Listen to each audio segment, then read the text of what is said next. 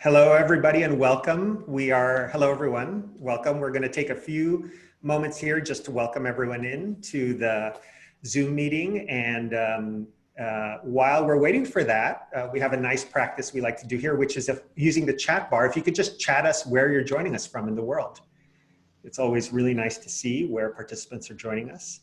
And again, if you're just joining, we're going to take just a few seconds here to have people join and text in where they're joining from. And I see we have an international crowd from all over the US, from Canada, from Germany I'm seeing, all over the world. Beautiful. Text in where you're joining us from, please. We will begin in just a few moments. And this is our webinar with Professor Rhonda Magee on the inner work of racial justice. We're just going to wait about 10 more seconds while everyone's joining, and please just tell us where you're joining from. It's wonderful to see its international audience, people from all over the world, really.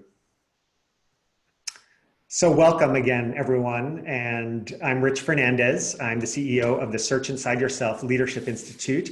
We're an educational nonprofit institute working to make mindfulness and emotional intelligence skills practical and accessible around the world. I am so thrilled for this webinar today. It feels really meaningful, really timely. We have with us, and I will introduce our friend, our colleague, the chair of our board of directors, Professor Rhonda Magee. So Rhonda is a professor of law at the University of San Francisco. She's an internationally recognized thought and practice leader and mindfulness teacher. She's a prolific author, as some of you may know, not only numerous books and articles on topics such as mindfulness in legal education and teaching about race and racial justice using mindfulness, but also this very beautiful, timely, and profound book, which came out late last year, The Inner Work of Racial Justice. So we're going to be spending a lot of time talking today about the ideas in this book. And I'm also, we feel so blessed here at the Institute to have Rhonda Magee as the chair of our board of directors at the Search Inside Yourself Leadership Institute. So welcome everybody, and importantly, welcome Rhonda, welcome. Thank you so much, my friend, and co-journeyer in this work, Rich, and I extend every bit of that gratitude and thanks to every single person who is joining us. I'm feeling the energy of the connectedness of this circle, the kind of,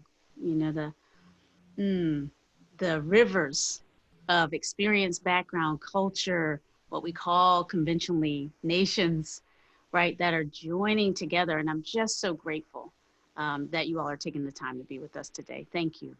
Yeah, and thank you for taking the time to be with us. And we have so much to talk about. And just for the audience, I wanted to just invite you to a couple of things, which is Rhonda and I will start. Rhonda's actually going to offer us a practice to begin our time together. And then we're going to have a bit of a conversation. We have been discussing some of the ideas from her book, so we'll bring those forward. But really the intention here is also to be in conversation with you all. So about 20 or 30 minutes in, about halfway through, the intention is to really open it up for a conversation with you all. So the way we'll do that is our friendly chat feature. And what we would ask is if you would just chat your questions in, and then we'll just take it from there and we'll see where we go. So with that, I would love to invite you, Rhonda, to just lead us in what we like to call here at the Institute, a minute to arrive, a practice of joining together and arriving. Thank you. And in the spirit of the work, I'm going to really offer a gentle grounding practice. So our minute might be a little bit longer than a minute, right? That long, broad, and deep minute, let's say, the moment that we're gonna allow for ourselves here and co-create and support each other in really bringing ourselves fully into this conversation. And I wanna suggest that the conversation to follow this moment of practice, I want us to hold that as practice as well. So we're gonna invite some spaciousness. We're gonna invite some willingness to kind of really be curious about what's arising and move ourselves as best as we can and into awareness of thought, emotion, sensation, the entire bodily experience of just being here and being with these aspects of our world. So pausing, use the support of a bell. You all know we don't need that necessarily, but here it is.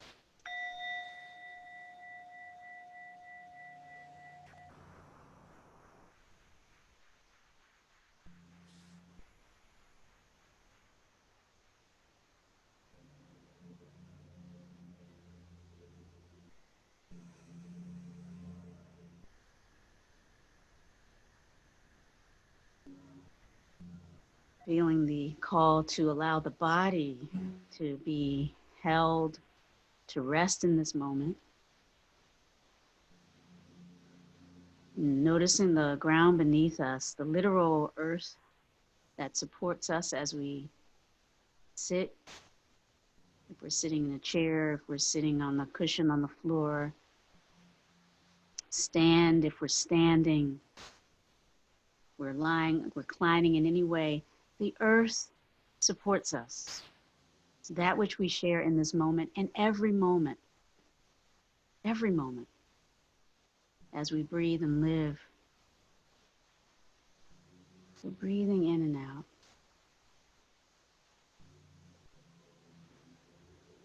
Seeing if we can open up to the way in which a conscious breath is always already a reminder, a rebodiment, if you will, of the way in which we are not only limited to these soft-bellied, carbon-based beings that we call ourselves, but we're always in it together.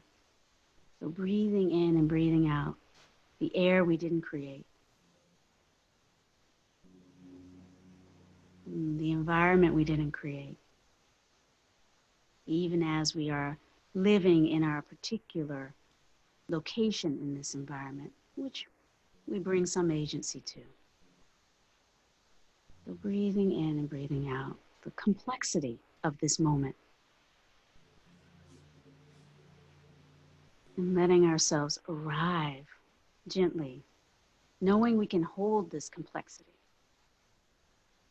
Touching into the kindness in our hearts, the compassion that brings us to the call to hold this complex topic of racial justice and mindfulness.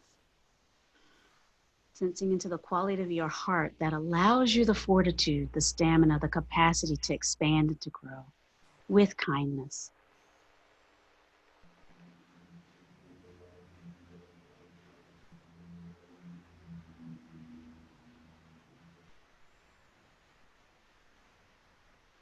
And allowing whatever intentions you bring to this conversation to come to the fore, maybe in one word of intentionality for this session of practice together.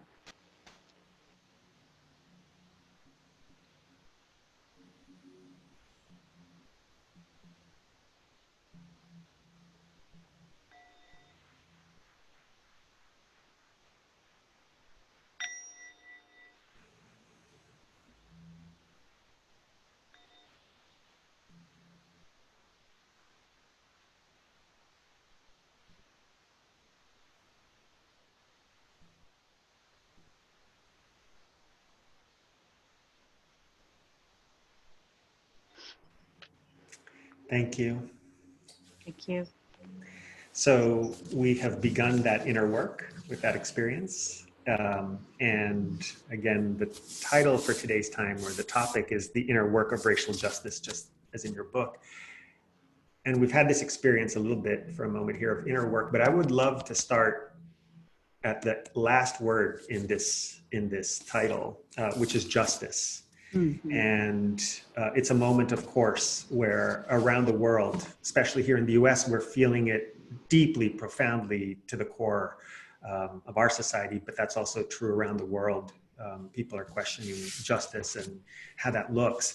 You have a beautiful definition of justice in this book, Rhonda. You say justice is love in action for the alleviation of suffering. Justice is love in action for the alleviation of suffering. Yeah. So tell us about that. Tell us how you arrived at that. Oh, wow. Well, thank you again. Hmm. So, I'm a law professor. So this topic actually brings up so much, and there's so much in the tradition of law, very technical ways and philosophical jurisprudential ways of thinking about justice. At the heart of it, it seems to me, is this very humbling, I think, actually, effort to address the challenges of living together in human society and of meeting each other at points of conflict and misunderstanding, uh, sometimes even violent confrontation, finding a structure for meeting that can help us resolve, at least for the moment, the conflict. We think of justice often as having that provisional quality. In other words, we want to have some kind of way of meeting, hearing, um, assessing, evaluating what's going on, thinking well together about how to respond to, instances, events, issues that trouble us. And so there's obviously some action involved in that. There's some intentionality involved in that. There's some call to think deeply and well about who we are as those who would engage in that process, and with whom. And so in the Western tradition, certainly we think of justice as being held in our democratic structures and in our institutions of justice, which are again part of the lawmaking structure, right? The three pillars: the executive, the president, the executive, those people who are charged with enforcing in that larger structure, the legislatures, those who are writing the law, and then the judges who are interpreting it. Those are the kind of basics to this idea of the rule of law that we see in our Western and our democratic societies, and other societies struggle in their different ways to articulate a framework. At the core, it seems though, and certainly in international legal discourse, we think of human rights and this call to dignity as being at the core. And what really is dignity? That's finding a way to honor and frankly have a public expression of what I call love that recognizes, the sort of the worthiness of every single human being. And so as we seek to act together in ways that express the worthiness of each human being, that is what I mean by justice being love in action, to alleviate the suffering that would stand against the dignified experience of every human being, right? Martin Luther King talks about justice as being power, this empowered expression of that love in action to correct that which would stand against love. In a way, so Martin Luther King is saying, hey, love is the power of the universe. It's already running. And justice may be those actions that we take to kind of correct when we see something standing against the love that wants to animate and move through us and keep us going and thriving. Thank you. That's beautiful and profound and actionable. And I think it's really important that then we link that to the second word in this title, which is racial justice. And I will just have to read from this book because the way you describe it is so clear and powerful.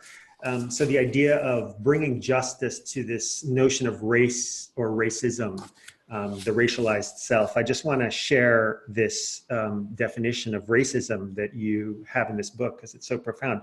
Racism is a complex of behavior and explanatory stories that enable some human beings to assert power over other human beings.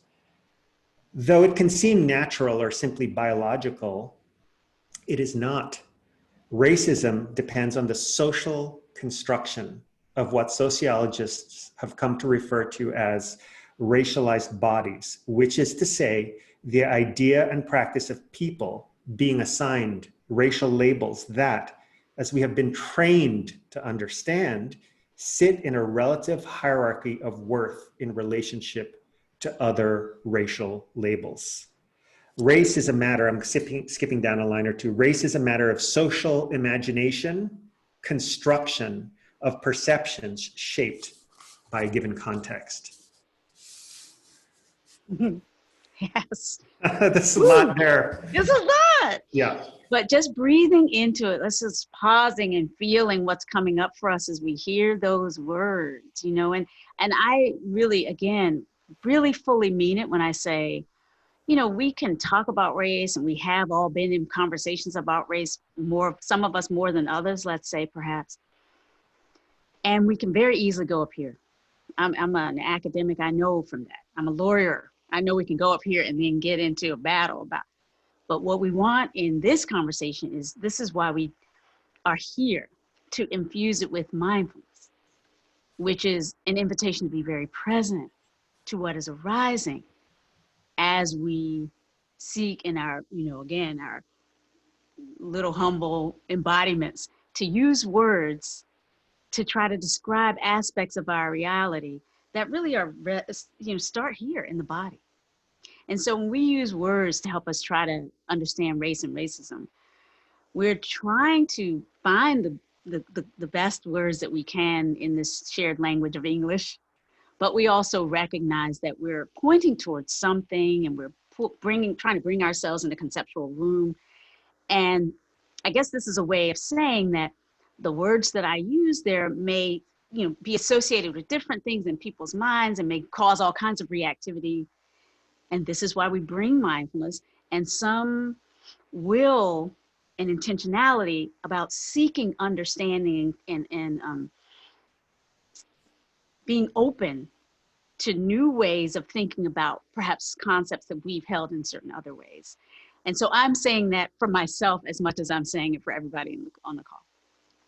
But yes, the effort there is to sort of point toward the degree to which race is, again, not natural, not a biological fact, which is something that, you know, in our disciplines of anthropology, law, in the inherited conventional wisdom of much of the world, certainly in the West, there has been a strain of pseudoscience that is sought to kind of embed this idea that, you know, human beings have these racial differentiatedness that are akin to, you know, a way of describing subspecies within humankind, almost like you might animals or, right, other, you know, biological beings.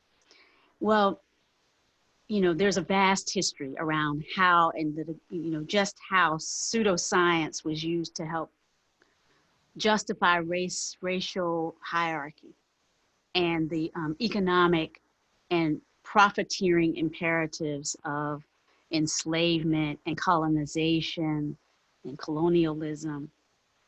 So we have a lot to kind of really, that's deeply in the kind of air that we breathe, that's trying to train us into a way of thinking about race that is a little bit different from what I've just described. And what I'm describing is kind of the way in which, in the wake of really investigating and seeking to decolonialize and disrupt the inherited ways that we've normalized racism, right? Contemporary sociologists and thinkers and you know, mindfulness practitioners are helping us see that this thing called race is a construction, something we produce in our societies. And racism, we sort of produce the idea of race to justify racism, to justify hierarchy, to justify the maldistribution of resources, which is another way of thinking about what injustice looks like, that lack of public love. It looks like some people get the resources for thriving and other people get a lot less. And we see that all around us. And again, race is one way to identify bodies in a hierarchy of value in a given place and time, but it's not the only way. We have different identity-based characteristics, different ways that we can identify bodies, slot them into segmentations, and then use that to justify, the distribution of resources and access and opportunity, whether it's gender, whether it's immigration status, whether it's ability, disability, and on age is another.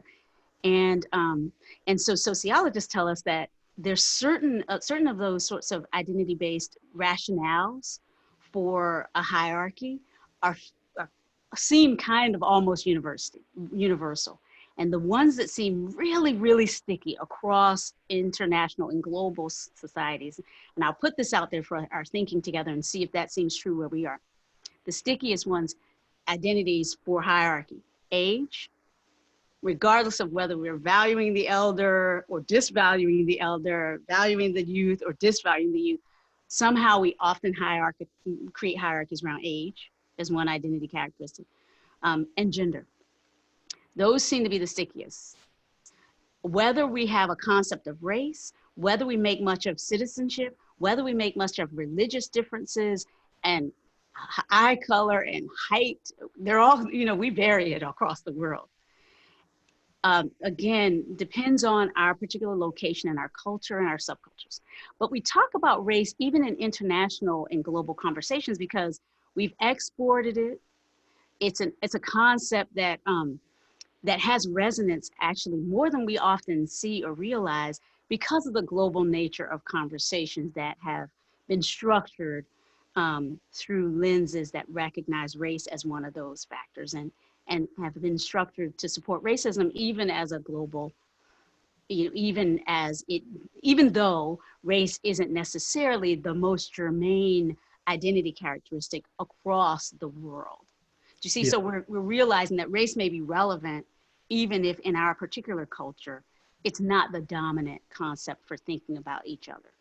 Right, but the idea that race is a social construct, or perhaps gender, or the things we associate with age, or perhaps in other countries, including this one, but religion, all these differentiators.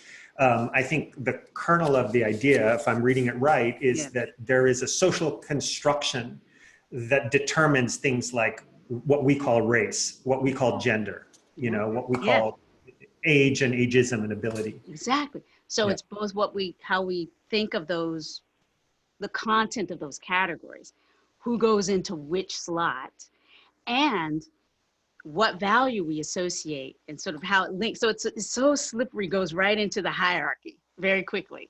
Right. So we differentiate and then we quickly seem to create these hierarchies of value.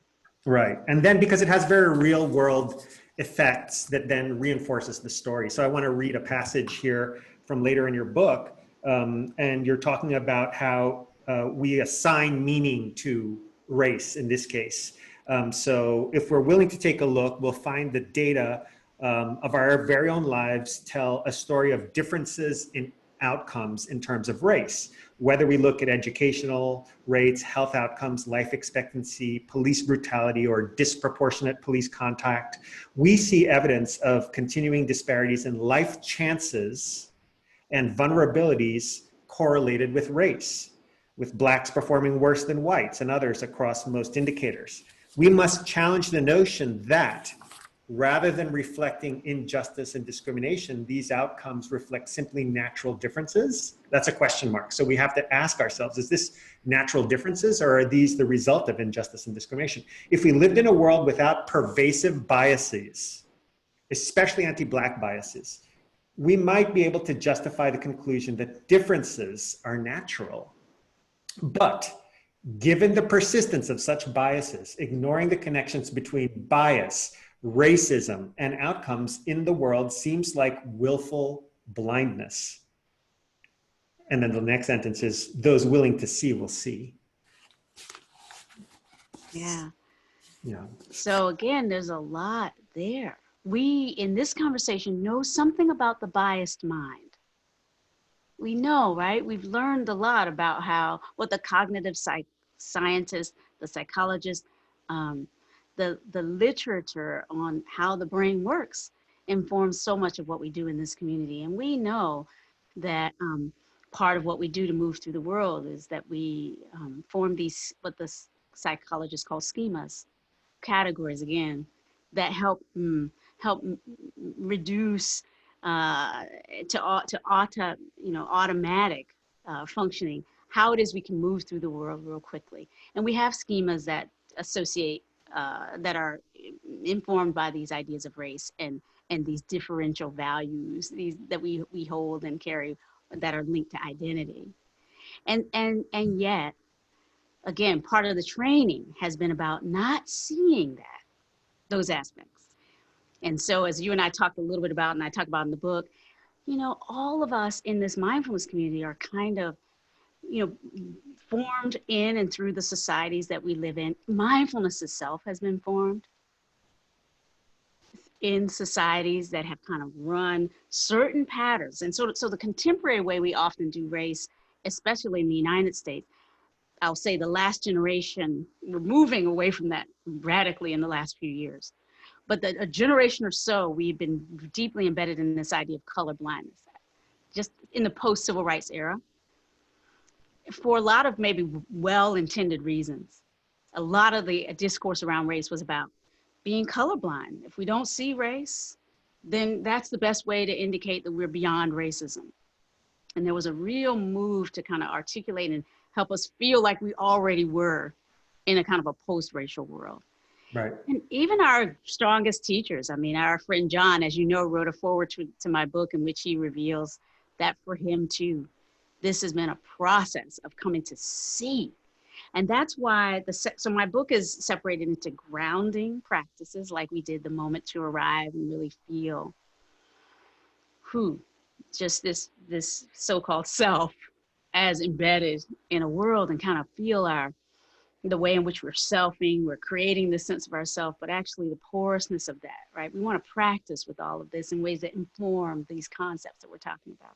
Yeah, you used an expression passingly there really quickly, but I want to key on it because it seems really crucial to this conversation. You said, the ways we do race, ... The idea that we do race, because as a performative or something that's performed. Yeah, and produced. Right, and reinforced. So that's really interesting. So now what I'd love to do is see what is then the utility or value of bringing these reflective, contemplative, mindfulness-based practices to our understanding of how we do race. So can you, so we've been, by the way, it seems like we're working kind of backwards, right? So like, what is justice? What is race? Now, why the inner work? What do you mean by that? Why is that title here in this book? Yeah. What are you referring to here, my friend? Right. So thank you. It's another way of pointing toward this copious body of wisdom and practice that we call mindfulness. Of course, I thought about using mindfulness in the title, and as the process of writing books goes, we landed on inner work.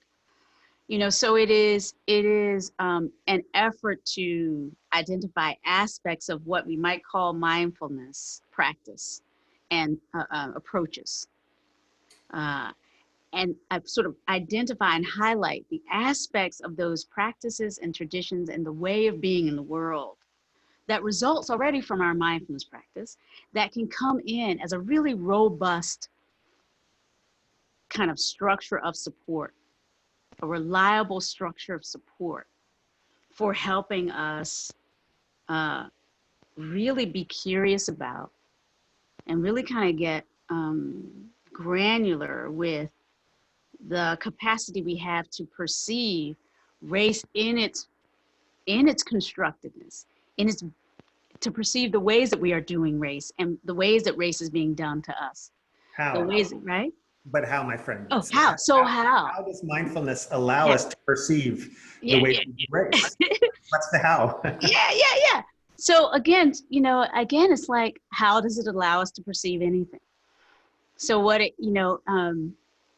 we are learning so much in the research and work and practice of mindfulness about, again, how it is that, well, really starting from the formation of a sense of self, right? We are constantly, as we move through the world, um, tempted to kind of form attachments to ideas, to kind of things that feel good, right? We're sort of we know that the foundations of mindfulness as formations around, right?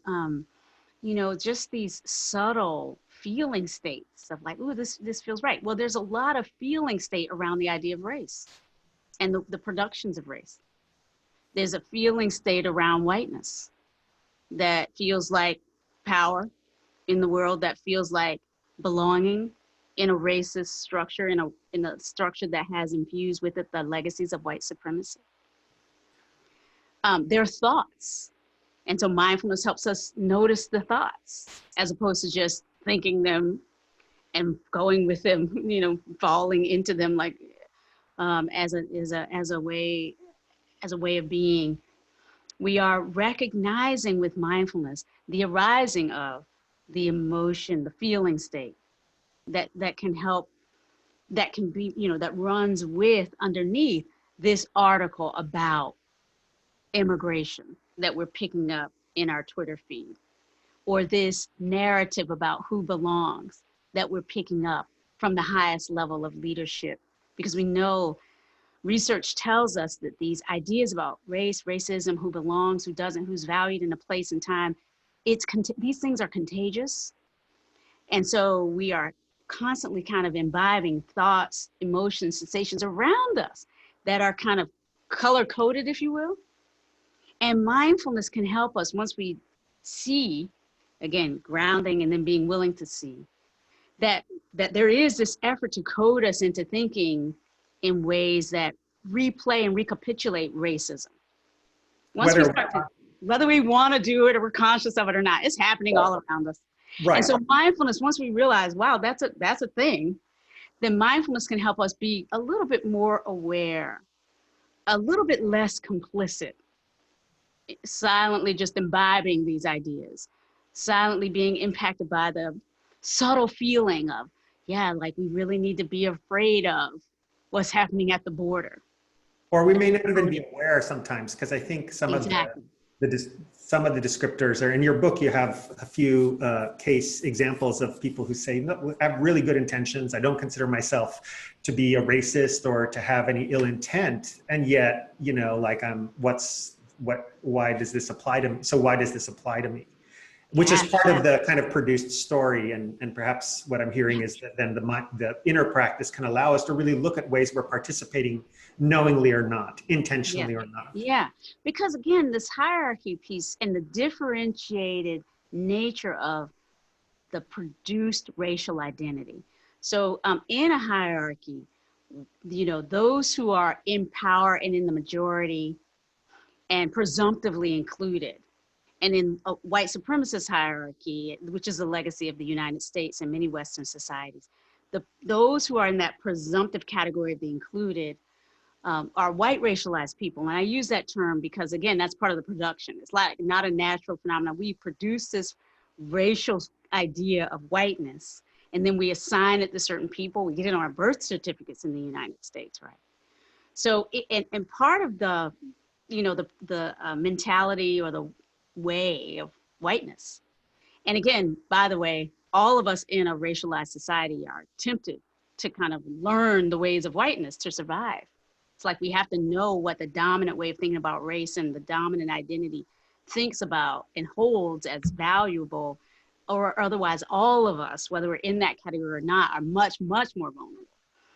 But those who are in that category are often, because of their, being in power, supported in not seeing race. Does that make some sense? Mm-hmm. How it is that when, part of the privilege of being in the dominant group is to not have to worry about a dynamic that is causing other people suffering. And so there's an invisible quality to the experience of whiteness, again, and in our different cultures, whatever category is on top, it's going to feel like, maleness, in a male supremacist hierarchy can feel less obviously a factor, except that those who are not considered male really feel the difference, really feel what it means to be not privileged around that. And so it's hard to see this. And so the practices invite seeing, right? The second part of my book, grounding, then seeing, and then being with what we see, which is also hard. That's why emotional intelligence is really important. How do we, how are we to sit with and live with the temptation of being reactive, like the automatic, like, wait, hold on, this is not this doesn't feel good to me to have to think about this topic. It doesn't feel good to me to have to think about my complicity in any. I don't want to be complicit in white supremacy. What? That seems extreme. So grounding in the capacity to kind of notice all of these things, being willing to see what we've been trained not to see, Right. because again, that's what culture does. Trains us to see certain things and not others. Being able to be with it, and then having the courage to do something about it. So my book, Grounding, Seeing, Being, Doing, right, recognizes that love in action is what we're actually wanting to incentivize and support. Because, mindfulness, unless we're monks in a monastery, mindfulness is all about how we are in the world. We know this in this community. It's mindfulness, searching inside ourselves for influence and leadership, and mindfully, skillfully engaging with others and with the world. And so the actions we take are very important. And in the work that I've done and explored for many years, I've been really interested in the multidimensionality of these actions we might take. So personal actions, I talk about personal justice as how we take care of ourselves in a world that is sort of not necessarily recognizing our value. How do we and that's true for all of us, by the way, no matter what our background, the world is not necessary, right? So first approximation of mindfulness, of justice for me, is this taking care of this well-being piece. The wellness piece is really actually part of the justice movement. Mm-hmm. And we know this, Audre Lorde, all kinds of advocates for justice, even Angela Davis. How does she manage and bear up being imprisoned and going through all of these challenges to struggle for liberation for others? Yoga practice, mindfulness practice, other traditions use spirituality and religion, but Martin Luther King, Gandhi, etc. We're, in other words, infusing this conversation with wisdom from many traditions, recognizing that the first approximation to this work is, what are the disciplines that support us in accessing our highest and best? And then how does that show up in how we are with each other, with love and compassion, kindness, openness to each other's perspective, multiple perceptions on reality, openness to the complexity of the shape of the cloth, if you will. And then, so that's the personal, the interpersonal, and then these systemic questions, which often with mindfulness, we tend to really, in the West anyway, be situated so much in the personal practice that we often think the systemic and collective stuff is maybe too political for us. But this is a place of pausing and reckoning, reflecting on the over commitment we might have to that idea that sort of there's personal over here and there's collective over there. In my holding of this work, the approach I take is that we're always already embedded in structures. And so we're always, whether we realize it or not, taking actions that impact systemically and have, interrelate and inter-are, if you will, to use the language of Thich Nhat Hanh, right? Our actions are part of what constitutes the structures and systems of oppression. And so bringing mindfulness to that with a particular view towards noticing not just racism, but anti-Black racism as a legacy of white supremacy. That's, it's very, this is the call, I think, of my work. It's not easy, but I say with a real sense of joy that comes from knowing that we're human beings capable of so much more around us, so much love for ourselves. At the heart of all of this for me is love. Colin Kaepernick, one of our contemporary movement leaders, if you will, are trying to wake people up to the pervasiveness of systemic racism in the United States with his movement to take a knee to recognize police brutality and the implications of that for all Black men, including football players in a privileged structure, right? In his own words, he said finally, why do we resist? Why do we do this work? Why do we raise our awareness and our invitation to see? Out of love. Beautiful. Do all of this out of love. Yeah, beautiful.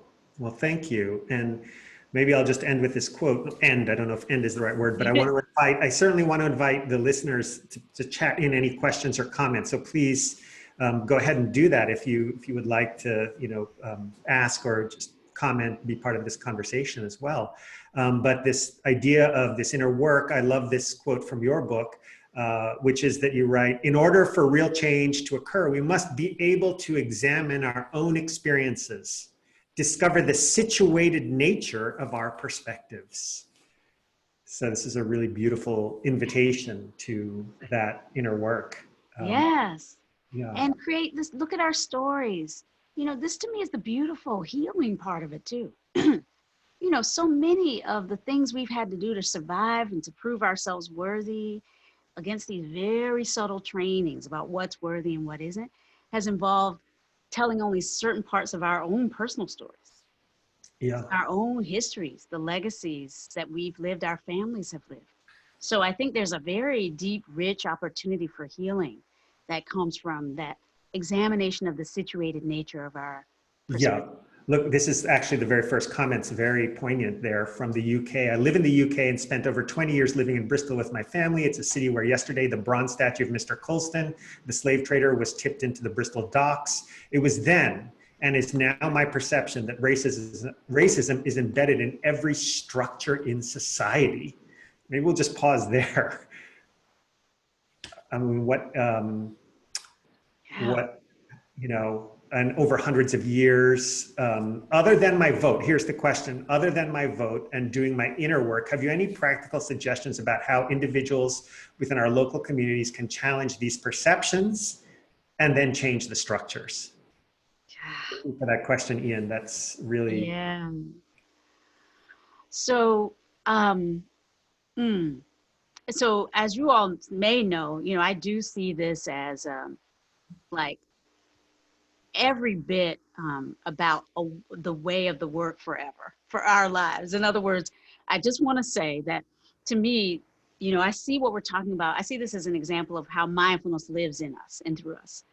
And that means that there are myriad, like, the 10,000 things, as the original, the Buddha would say, maybe, in thinking about the different ways that our lives will present opportunities for us to kind of work in this space through and as an expression of mindfulness. So there's no one right way to think about it. It really is about seeing what opportunities might arise in our own experience. Voting is one, but all of the different ways that we engage in our communities, how we bring people together to look at an issue of whatever the issue might be. It might be climate justice, right? Looking at the impacts of changes in the climate on our particular locality. If we can recognize the interrelationship of ideas about whose lives really matter. Climate injustice is a worldwide global phenomenon. The idea of recycling. I'm thinking about one of my brother teachers from Africa, who was originally from Nigeria, but who now lives actually in India. But one of the recent teaching of a friend was along the lines of, recycling in the Western world has often been this idea of like separating certain things out, putting them somewhere out on the curb or in a bag somewhere, and they end up somewhere. They go to the great who knows where. Where they actually end up on the other side is often dispossessed, underrepresented communities, underprotected communities in the so-called third world, in Africa. I have visited Africa. I visited South Africa recently and seen these places where young children in these, again, underprotected communities are given to play in the playgrounds that have been created by our recycling efforts in the West, where things are not really recycled. They're just stacked somewhere. A part of the environment that we think of as more suited for whatever reason, tied to racism, colonialism, to just be a wasteland. So whatever the topic, whether it's criminal justice, whether it's what do we do about the environment, How do we prepare for the next, crisis in whether it's a hurricane or it's a fire? There are so many ways that we might pause to reflect on how it is that we're thinking about the bodies and beings who are relevant to the conversation, and how we might disrupt any patterns that might be subtly creeping in that would say that would invisibilize the suffering of some other people. So if it's healthcare, we know that in this pandemic, unequal access to healthcare has been demonstrated all around the world, and certainly in the United States. I've heard it's also true in Brazil. I've heard it's also true in South Africa, meaning I've heard testimony from people in my network about how it is that the evidence, the research is showing the same kinds of things in different parts of the world, that these hierarchies of values are value around race and other isms, showing up in the disproportionate impact of COVID and the way in which it's ravaging some communities more than others. Yeah. So whatever the issue, we might be courageous enough to say, hey, who's benefiting from the way we're structuring this?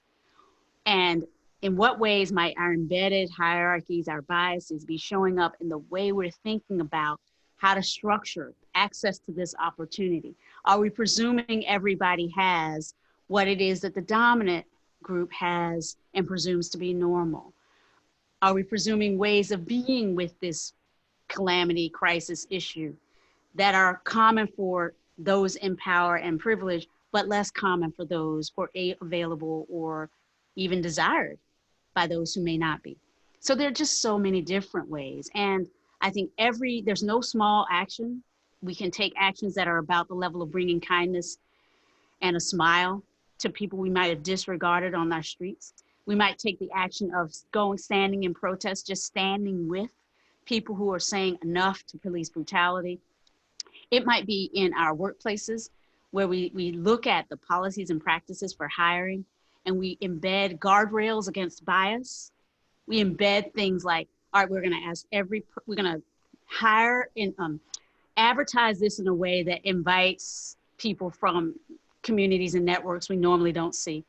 We're going to ask everybody the same kinds of questions and include questions that would give people an opportunity to shine, whose backgrounds have been embedded in this work of cross-cultural, multicultural, multiracial understanding. We really invite, is there wisdom around this that we haven't valorized, that we need in our organization? So I could say more, but I think it's really an invitation to be curious. Where am I, and where is the justice work where I am? Yeah. And I can do this, and in the sense that I can do this. Yeah, so just continuing on with that thread, actually, we have a few questions that are kind of along these lines around what allows us, what can we do to cultivate this willingness to see, maybe stated a different way in a different question, what mindfulness practices do you recommend?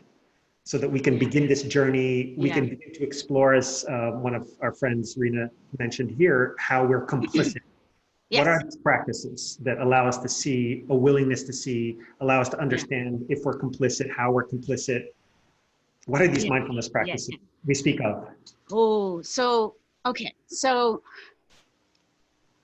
it helps that we get in community. Because again, as we pointed out, our situatedness makes it hard for us to see the kinds of ways that our practice can be right there. Simple mindfulness, simple awareness of breath, bringing that to listening practices, so that we can hear the point of view that arises from situatedness. We can hear. So inviting a question about simply, what has been my own personal experience of race and racism? What do I know in my bones about race and racism? What was the first experience in which I learned something about race in my own community? Again, my book is filled with examples of practice. For those who haven't had a chance to read it, it's not just an exegesis about race. It is filled with practices. I wrote it because of the call I felt to integrate practice. But so there, more than 30 separate invitations to reflect, to sit in different, in ways that are intended to open up your aperture for thinking about how practice might support. But because part of it is about deconstructing the narratives that have held oppression in place, sitting with what are our stories? What have I inherited?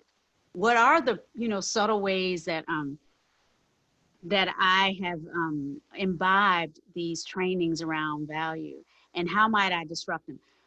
Further, what are some of the ways that the communities I've lived in have been constructed by racism? I love that one of the commenters talked about the statue and the toppling of that, and recognizing in that moment, it's embedded, right? Segregation, white supremacy, some people get to live here, other people get to live there. These are legacies of some of these ways of thinking that, again, we kind of can move through with blinders on because of our training. And so mindfulness can be about noticing those patterns and really being that kind of squeaky wheel, seeing what might get in the way of having the courage to speak about what we see, to communicate with others about what we see. So mindful speaking and listening practices. Again, there are many, many different specific practices that I've identified in the book. And this is not meant to try and sell the book, but it is to say, and putting the book aside, let's just say your speaking and listening practices for mindfulness are right there for you. The inquiry practices of mindfulness. What is this thought? What is this story? Where did it come from? Where am I, and inviting a reflection on, again, the emotional reactivity that comes from being in these conversations about race. Yeah. Anger. What's my anger? What's my story about that anger? What are the, or my fear? Fear is a big one. Fear is a huge one. Because I think embedded in this idea of privilege in a racist society is this idea that, like, if you don't disrupt this boat too much, right? If you're willing to kind of go along with the system, we know that there's a hierarchy. Privilege tells us this is privilege speaking. We know that there's a hierarchy, but you are kind of, you're a little bit protected. The price or the bargain is that you'll kind of play along and not try and disrupt this hierarchy so much, and you and your kids will be okay. I'm kind of trying to help us think about, what is this thing that we're calling even racial privilege in a racist society? Because sometimes we feel like, all right, I got my privilege, I'm one of the majority, how can I help? Maybe I can go and volunteer, maybe I can go and offer mindfulness in these communities. Yes, those are some good thoughts to think about, concrete ways you can try to alleviate the suffering by, offering resources where they've been denied before. But even further, really exploring how you're not free, how your liberation is hemmed in by the dictates of a society that says you can only care about those people in a certain way. You can give them a little money, you can drop into their neighborhood, but don't actually invite us to build a society that would minimize their suffering at the front end. Because when you do that, oh, you're disrupting too much. When you ask for us to redistribute wealth through taxes, oh, you're asking for too radical a change. So really exploring the ways that you're being invited, we as in the majority, we who might be privileged in our different ways, and I say we because with colorism, there's some ways in which, and with economic privilege tied to white supremacy, there's some ways in which even I, as a Black racialized person, I know something about the privileges associated with whiteness and with being, colored in a way, let's say, racialized in a way that sometimes affords me a kind of honorary whiteness treatment. And this is where we get into the real complexity of it. Yeah, Yep. Sorry not to interrupt you, but the idea, perhaps building on that, because there is a question perhaps associated with that, and it hinges around this idea of meritocracy.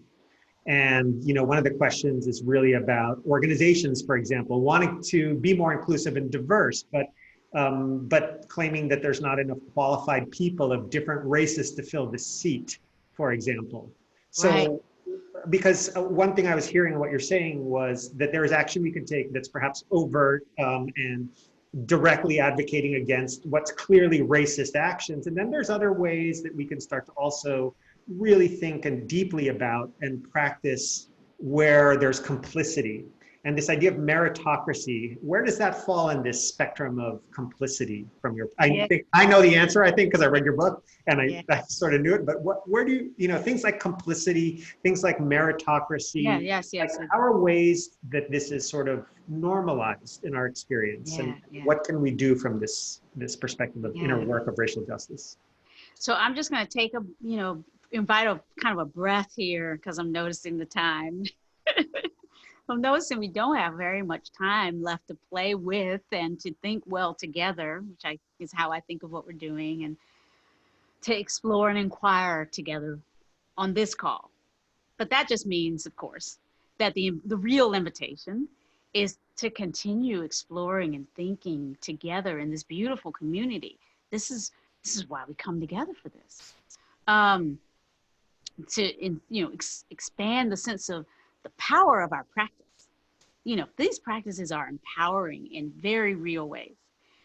And so, if we are wanting to look at meritocracy, which is, again, with Search Inside Yourself and the particular, often relatively privileged institutional, corporate, and other spaces that we're invited into, they're often infused with often under-articulated commitments around the ideas and ideologies of meritocracy in our place, in our culture, in our time, wherever we are around the world, in our discipline. What does it mean to be a person of merit in that? Well, all of this body of work around justice really invites us to, unpack and really look into concepts like merit and see the way in which they themselves can be encoded with, dripping with, sticky with some of the legacies of these hierarchies of value. So is merit defined in a way that privileges the kind of ways of valuing knowledge and the production of knowledge and skills and the access to obtaining skills that are often more associated with that privileged group, with whites, with whiteness in a white supremacist structure, with whatever the privileged group is, wherever you are. In other words, is merit sort of a way, part of the on-ramp into access and opportunity that the dominant racial group has already greater access to? Again, this is really hard for us to really look at if that's true, but it has been true in places like science. So I'm a part of this organization. I'm a fellow in the organization called Mind and Life, where we're looking at the science of mindfulness. And part of that work for us, in fact, they're doing Mind and Life is having a week-long engagement right now. I've worked with them over this week in the past. This week, I'm taking a break to be with you and others. But we're looking at places like Mind and Life at the embedded nature of bias and racism and other isms, sexism, etc., in science itself, and trying to figure out how to disrupt it by conversations and practices like the ones that we're talking about, and then shaping research teams and research agendas in ways that disrupt the inflection and infection, if you will, of our thinking about science, our thinking about merit, our thinking about worth, the way in which all of those things have been inflected with bias. So it's ongoing work.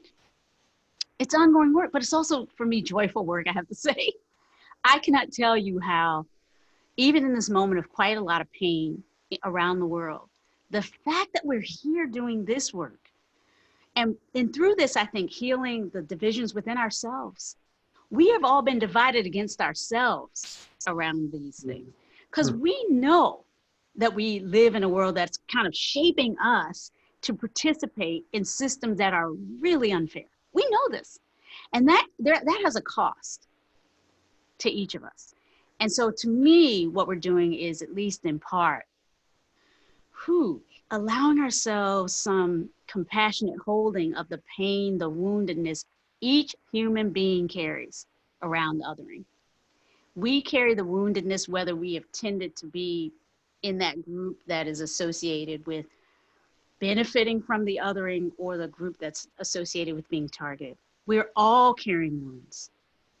And to me, this work is a really beautiful opportunity to lean into the radical waking up to interdependence and common humanity that the pandemic, that the Black Lives Matter movement, all these things are saying, wake up to the reality of our interconnectedness in systems that we all depend on and that are causing a suffering that we all need to respond better to. We can do this with these awareness practices. I personally believe these are the only ways. I feel like our mindfulness practices are like the perfect technologies for this moment. And we just need a little bit more support, and that's why we're here in applying them to the challenges that we're facing in these ways. But do it with love, because we've suffered enough. You all know this is my basic theme in this book. We have suffered as a humankind. Don't misunderstand me. I'm not just talking about those who we consider to be at the bottom of the hierarchy. No, those who are given to think of themselves at the top, when actually it's just a tiny bit of space in a whole system that's causing all of us too much suffering and disconnecting us from our hearts. We need to disrupt this, not just for those who we see as suffering on the front lines, the most vulnerable, the racialized, subordinated, Black and brown and indigenous people. We need to disrupt this for all of us. And that's why I wrote the book. Thank you, my friend. So thank you, everybody, for being here. Thank you, Rhonda, for sharing your wisdom and compassion. Onward together with love. Onward together with love. In action. In action, love in action. Alleviate suffering. Thank you all. Thank you, everyone. Be well. Be well. Stay in touch. Bye-bye.